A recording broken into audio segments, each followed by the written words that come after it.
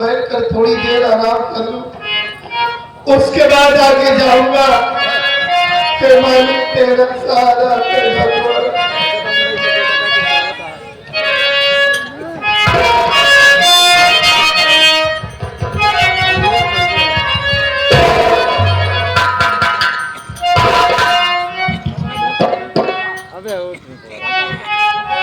भगवान, ये तो हमारे पति है, क्यों बैठे हैं? मैं पता लगाती हूँ। स्वामी, स्वामी, स्वामी,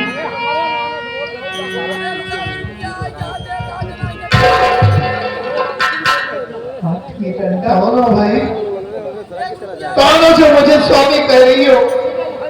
अरे मैं तो एक अंधा इंसान हूँ, दर बदर पीछों कर बहुत परेशान हूँ, बहुत प्यार से तड़प रहा हूँ। क्या आप देख नहीं सकती हैं? नहीं, मैं देख नहीं सकती। मेरे बाल ये दिल देखने से पहले तेरी बात क्यों नहीं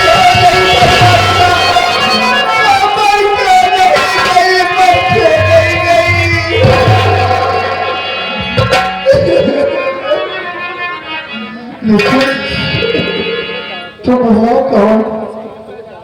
और शायद तुम रो रही हो। देखो, तुम्हारा नाम क्या है? तुम तार की रहने वाली हो, जरूर बताओगी। जो मुझे स्वामी कह रही हो, बताओ। मैं आपकी पत्नी सावित्री हूँ, स्वामी सावित्री हूँ। तुम हमारी सावित्री हो? ये भगवान, ऊपर वाले तेरा लाख लाख शुक्र है, तूने हमारी सावित्री से हमारी मुलाकात करवा दी है। देख रही हो सावित्री, तुम्हारे पति की क्या हालत हो गई है। शायद तुम उस दिन सच बोल रही थी, तुमने हमारे बच्चे का खून नहीं किया था। मैं कुछ समझ ना सका और तुम्हें मार कर भगा दिया। भगवान उसी करनी की सजा हमें दिए थे, जो आज हमारी आंखों में रोशनी नहीं है। तुम्हारे जाने के बाद वो प्यास से तड़प रहा था। भाभी माँ कर जुगाई देवी के पास खाना मांगने गया। वहां गया तो क्या देखता हूँ कि मेरी भाभी और मेरा बाप जगन्नाथ जी दोनों एक दूसरे से लिपटे हुए हैं। जब मैं ये देखा तो मुझे गुस्सा आ गया और भाभी बाप उल्टा सीधा बोलने लगा, अपने बाप को उल्टा सीधा बोलने लगा। भाभी कहने लगी, यहाँ क्या करने आया है? मैंने कहा, मैं आपसे खाना मांगने आया हूँ। वो कहने लगी, खाना नहीं मांगने आया है, बल्कि हमारी इज्जत लूटने आया था तू। मैंने कहा, नहीं भाभी माँ, हमें बड़ी जोर से भूख लगी है। ठीक है, मैं यहाँ से चला जाता हूँ। वहां से भागने की कोशिश किया सावित्री, लेकिन मैं बदनसीब भाग न सका। वो दोनों हमें बहुत मारे और मारने के बाद हमारी आंखों में जहरीली दवा डाल दिए, जिसकी वजह से हमारी आंखों की रोशनी चली गई।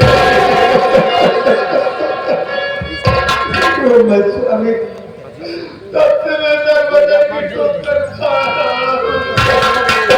देखो, मैंने तुम्हारे साथ बहुत अन्याय किया है। मैं बहुत पापी इंसान हूँ, माफी के लायक तो नहीं हूँ। इन्हीं हाथों से मैंने तुम्हें माफ कर लगाया था।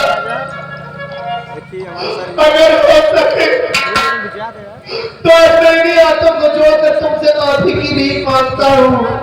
हो सके तो अपने पति को माफ कर देना।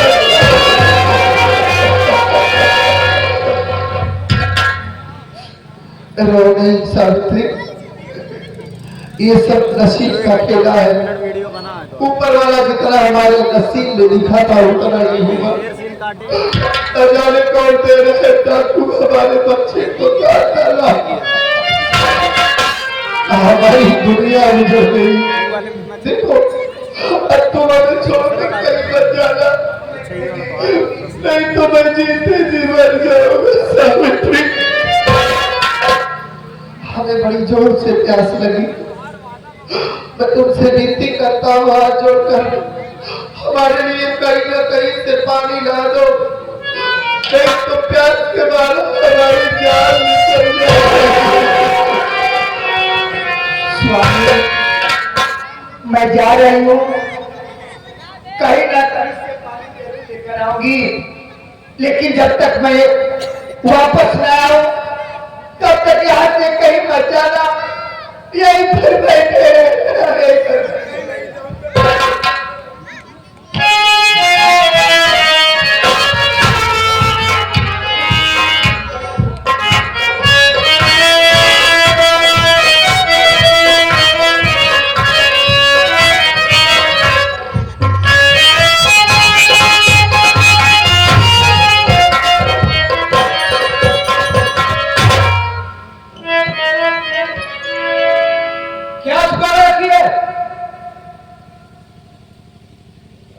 बाबूजी ये खाली लोटा है हाथ में, मैं पानी ढूंढ रही हूँ, हमारे पति जी प्यासे हैं, दोनों आंखों के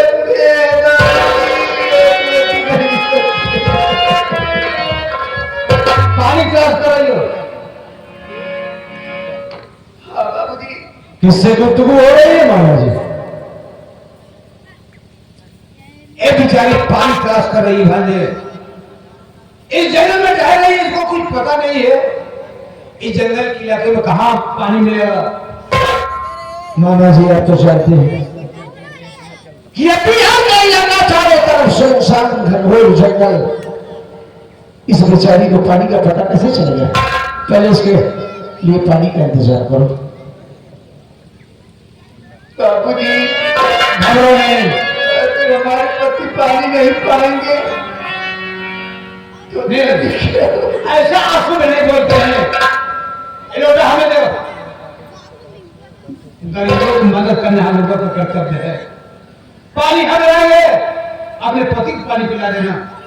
घर नहीं, लेकिन जल्दी कराना, बहुत जल्दी होगा।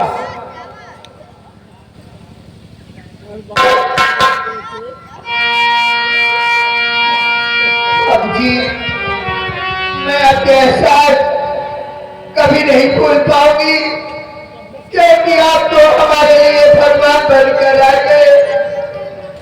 देखो इसमें एहसास की कोई बात नहीं, इंसान इंसान की कायनात है तो इंसानियत चल जाती है। बाबूजी क्या मैं आपसे कुछ पूछ सकती हूँ? बेशक, क्या पूछना चाहती है तुझे? आप तो बहुत अच्छी लगती हो, जानना ही चाहती हो आखिर आपका नाम क्या है, कहाँ के रहने वाले हैं आप और क्या करते हैं बाबूजी? अब तुझसे झूठ नहीं, जब बता दी मैं कौन हूँ। जी हाँ, तो डाकू राजा नाम है हमारा, इलाका काटता है मुझे के नाम से, समझी? हम डाकू है, डाकू। समझ रही हूँ, डाकू राजा नाम है आपका, इलाका काटता है, जिस गली से निकलते हो लोग डरते हैं, कहते हैं हट जाओ देखो डाकू राजा सिंह आ रहा है, डरते हैं कि तुम लोग देखते ही गोली मार देते हो, इसलिए लोग डरते हैं।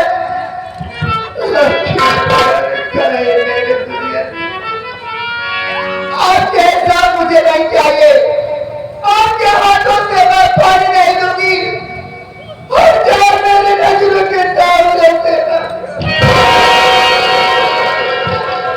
जा भगवान सताओ, डाकुओं के नाम से इतनी नफरत क्यों? बोलो डाकू ने तो मेरी दुनिया उजाड़ दी है, क्या? आखिर क्या किया था मेरा मासूम बच्चा, क्या किया था जो मेरे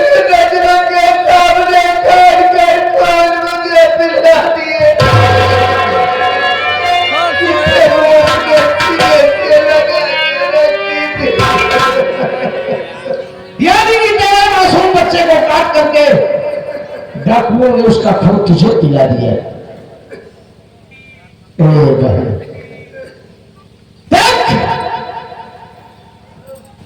डाकू मारते हैं ये बात मैं मानता हूं, वो लूटते हैं ये भी मानता हूं, लेकिन हम ऐसे डाकू हैं कि जो देश और समाज के चंद गद्दार ये बने बैठे हैं ना, जो गरीबों का खून चूसते हैं, मासूम मुस्लिमों का खून करते हैं, हम उन्हें लूटते हैं और गरीबों में खराब बात होते हैं।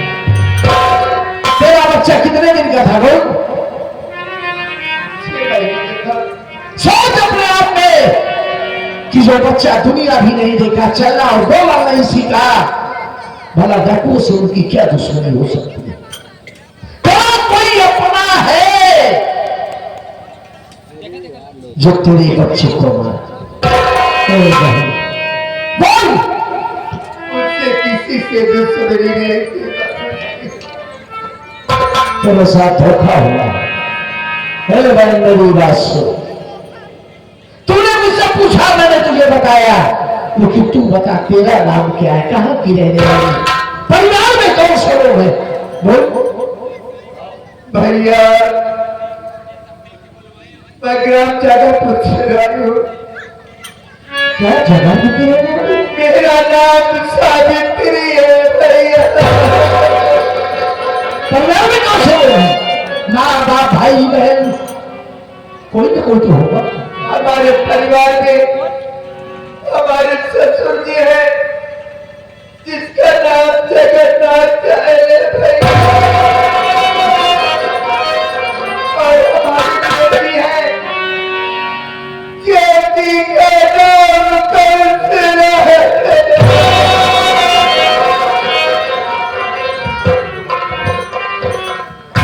और हमारे जेठानी है, साइड हो यार, इतना हीरो जेठानी जी का नाम कलयुगी देवी है, और हमारी पत्नी हमारे साथ में है जिसका नाम संतोष। आपको कैसे मालूम है? हाँ, बड़ा गहरा रिश्ता है जगापुर से, बड़ा खासा लगाव है और बड़ा बड़ा जगह लगा रहता है। आगे मामा जी पानी दे दो। पानी ले लो, अपने पति को पिला देना। लड़की, पानी पिलाने के बाद बोलना कि आपसे कोई मिलना चाहता है। जरूर। पिला दे, पिला दे।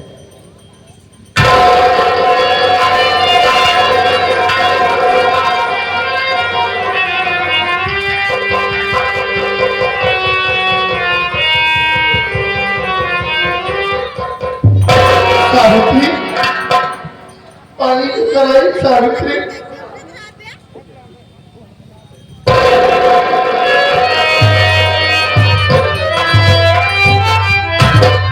स्वामी आपसे कोई बात करना चाहते हैं, बात कर लो। क्या कहा? हमसे कोई मिलना चाहते हैं, बात करना चाहते हैं? कौन है भैया जो आप मुझ अंधे बदनसीब इंसान से मिलना चाहते हैं? भाई कौन है? कौन है? आप क्यों बोल नहीं रहे हैं भैया? बोलिए ना।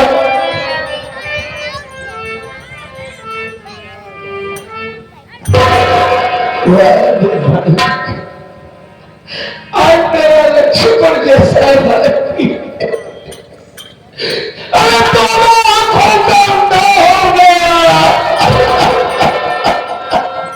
ये दिन देखने के पहले मुझे मौत क्यों गई है? अरे मेरा भाई किस वक्त को जान पाएगा कि मेरा घर गया है? अरे वो तो पागल होगा।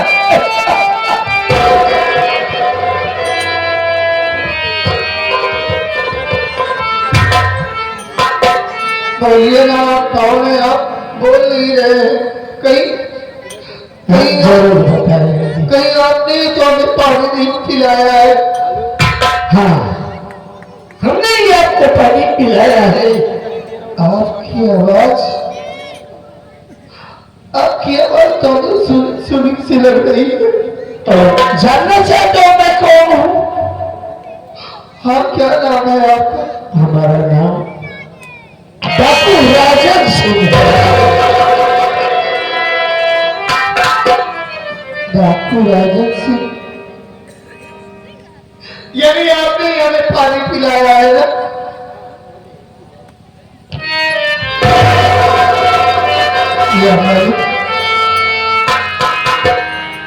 ये तो हमारे सर पर ऐसे हाथ फेर रहे जैसे हमारे भैया कंसरात हमारे सर पर हाथ फेरा।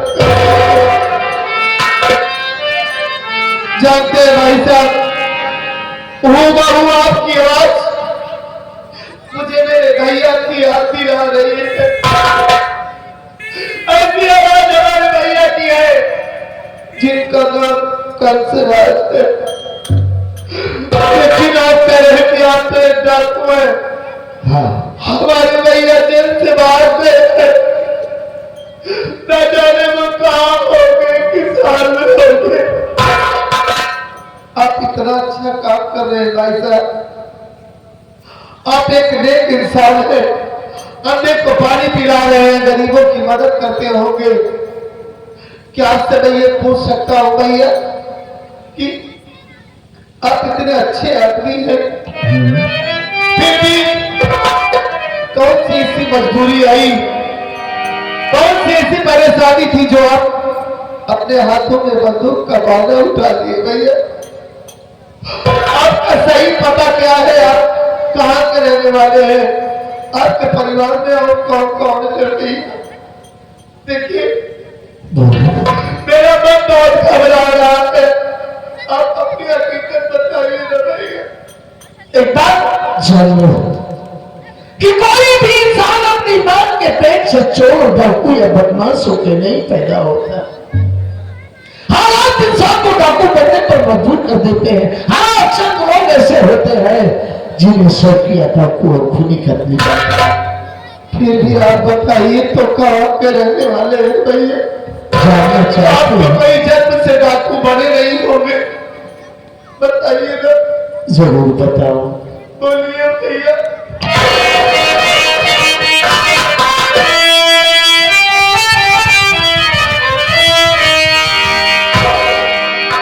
कंसराज नाम मेरा, जगापुर है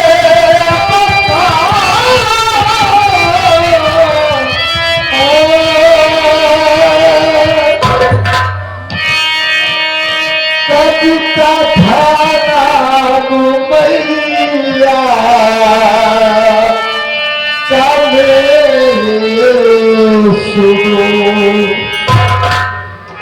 एक भाई है संतोष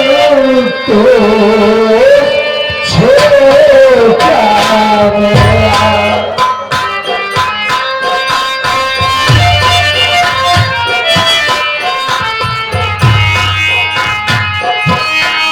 एक भाई है संतोष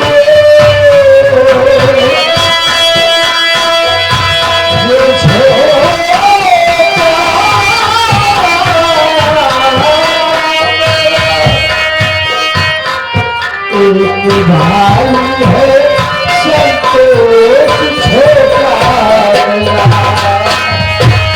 मैं पिता प्यारी दुनिया हमारी एक भाई है